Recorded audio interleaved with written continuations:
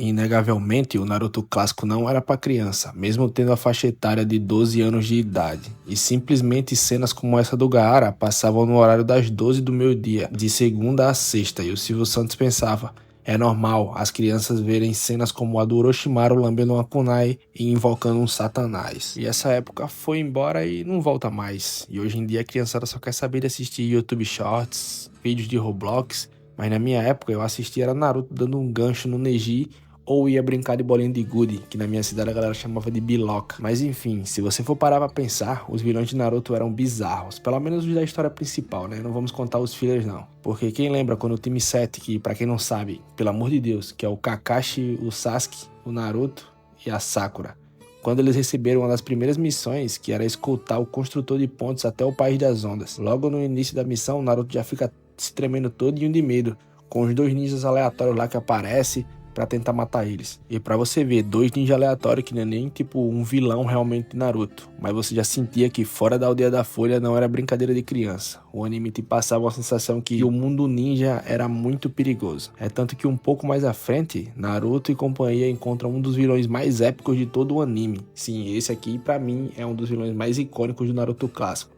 que é o Zabuza Momoshi, o demônio do gás oculto. E cara, olha a apresentação desse maluco. Antes mesmo do Zabuza aparecer direto, o Kakashi já manda todo mundo ficar esperto. E isso fala muito sobre quem ele era, porque até aquele momento o Kakashi parecia aquele professor que resolvia qualquer problema sem nem suar. Ele passava aquela sensação de que estava sempre no controle da situação. Só que quando o Zabuza aparece escondido no meio daquela névoa, até o Kakashi muda completamente a postura. E se o professor, que parecia invencível, ficou preocupado, imagina o Naruto, que tinha acabado de sair da academia. E o apelido do demônio da névoa oculta também não é só pra ficar bonito não. O cara fazia parte do famoso Sete Espadachins da Névoa, um grupo que já metia medo só de ser citado. E além de tudo isso, ainda carregava aquela espada gigantesca, que simplesmente tem um dos designs mais pica de Naruto, em questão de espada. Eu lembro que quando eu era criança, eu nem entendia direito como aquele negócio cortava alguém, porque aquilo parecia uma porta de tão grande, mas na mão dele, ele segurava de uma forma tão leve, o cara era pica mesmo. Só que o que realmente fazia os Zabuza ser assustador não era nem a espada, era o jeito dele. Ele não era aquele vilão que ficava berrando, fazendo discurso toda hora. Muito pelo contrário, o cara falava pouco, andava devagar e parecia que nunca estava desesperado. Tipo um frio e calculista. E justamente por isso que dava muito medo. Você nunca sabia quando ele ia atacar. Era aquele tipo de personagem que transmitia perigo só de estar na tela. E uma das coisas mais pesadas dessa saga é que ele já mostra a realidade que Naruto vai repetir várias e várias vezes. Nem todo inimigo é simplesmente um monstro sem motivo. O Zabuza era um mercenário. Ele aceitava qualquer tipo de serviço, matava quem precisasse matar e não parecia sentir o menor peso por isso. Só que conforme a história vai andando, você percebe que existia alguém capaz de despertar um lado completamente diferente nele. E aí que nesse arco entra o Haku, que querendo ou não também entra como um vilão, né? Beleza que ele não era tão assim, e ele querendo ou não uma das pessoas mais amadas desse arco aí, quando aparece, mas por ele querer impedir a galera de avançar ali, ele se torna um vilão também. E pra você entender melhor, quando eu era criança, eu enxergava o Haku como um parceiro do Zabuza. Depois de assistir o anime sendo mais velho, você entende que era muito mais que isso. O Haku literalmente dedicou a vida inteira ao Zabuza, porque foi a primeira pessoa que lhe deu valor à existência dele. E o mais doido é que o Zabuza tentava esconder qualquer sentimento, mas no fundo ele também se importava. O problema é que ele passou tanto tempo vivendo como uma arma que já nem sabia mais demonstrar os próprios sentimentos para o Haku. E talvez seja justamente por isso que o final dessa saga continua sendo um dos melhores até hoje em Naruto. O anime passa vários episódios fazendo você odiar aquele cara, e nos últimos minutos consegue fazer você sentir pena dele. Quando o Haku morre protegendo justamente a pessoa que mais admirava, até o Zabuza percebe que passou a vida inteira fingindo não se importar com ninguém. E aquela cena dele caminhando todo machucado pra cima do gato é uma das coisas mais marcantes de Naruto clássico. O cara já sabia que ia morrer, mas antes resolveu acertar as costas de quem realmente merecia. E olha que curioso, o primeiro grande vilão do anime já era um assassino profissional que carregava uma espada do tamanho de um poste e trabalhava como um mercenário. Se esse já era um começo, imagina o que vinha depois. Porque o Zabuza mostrou que o mundo ninja era cruel, mas o próximo vilão mostrou que ele também poderia ser perturbador.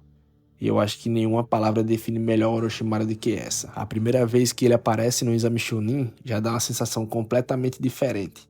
Até aquele momento o exame parecia uma competição entre vilas.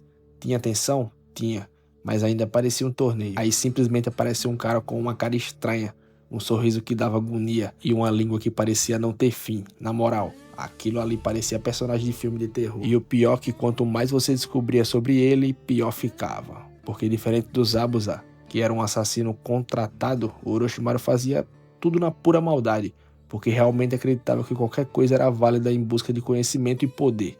O cara fazia experimentos em seres humanos como se estivesse mexendo com um rato de laboratório. Crianças, adultos, ninja da própria Vila da Folha, para ele não existia limite nenhum.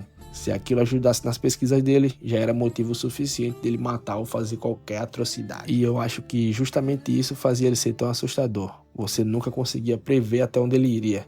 Enquanto outros vilões tinham objetivos relativamente simples, como dinheiro ou vingança, o Orochimaru parecia querer desafiar a própria natureza humana. O sonho dele era vencer a morte. E para tentar alcançar isso, ele destruiria qualquer pessoa que aparecesse no caminho. Só que para mim, existe uma cena que resume perfeitamente quem era o Orochimaru. Não é uma luta, não é uma transformação. É quando ele encontra o Sasuke na Floresta da Morte. O Sasuke, que naquele momento era tratado como um dos ninjas mais talentosos da nova geração, simplesmente trava. O garoto não conseguia mexer um músculo. O medo era tão grande que o corpo dele simplesmente parou de responder. E olha o nível do negócio. O Sasuke preferiu entregar o pergaminho e desistir da prova do que enfrentar aquele cara. E isso diz tudo sobre a presença que o Orochimaru tinha. E como se não bastasse, ainda vem a famosa marca da maldição. Quando mais novo, eu achava aquilo muito maneiro. Parecia um poder novo pro Sasuke. Depois de assistir Naruto mais velho, você percebe que aquilo era praticamente um selo que transformava o corpo da pessoa aos poucos, enquanto Orochimaru manipulava ele psicologicamente. Não era um presente, era uma coleira. E talvez seja justamente por isso que o Orochimaru tenha envelhecido tão bem como vilão. Porque ele não assustava só pela aparência, ele assustava pelas ideias. Você nunca sentia que ele estava improvisando. Parecia que tudo fazia parte de um plano muito maior. E isso deixava cada aparição dele ainda mais desconfortável.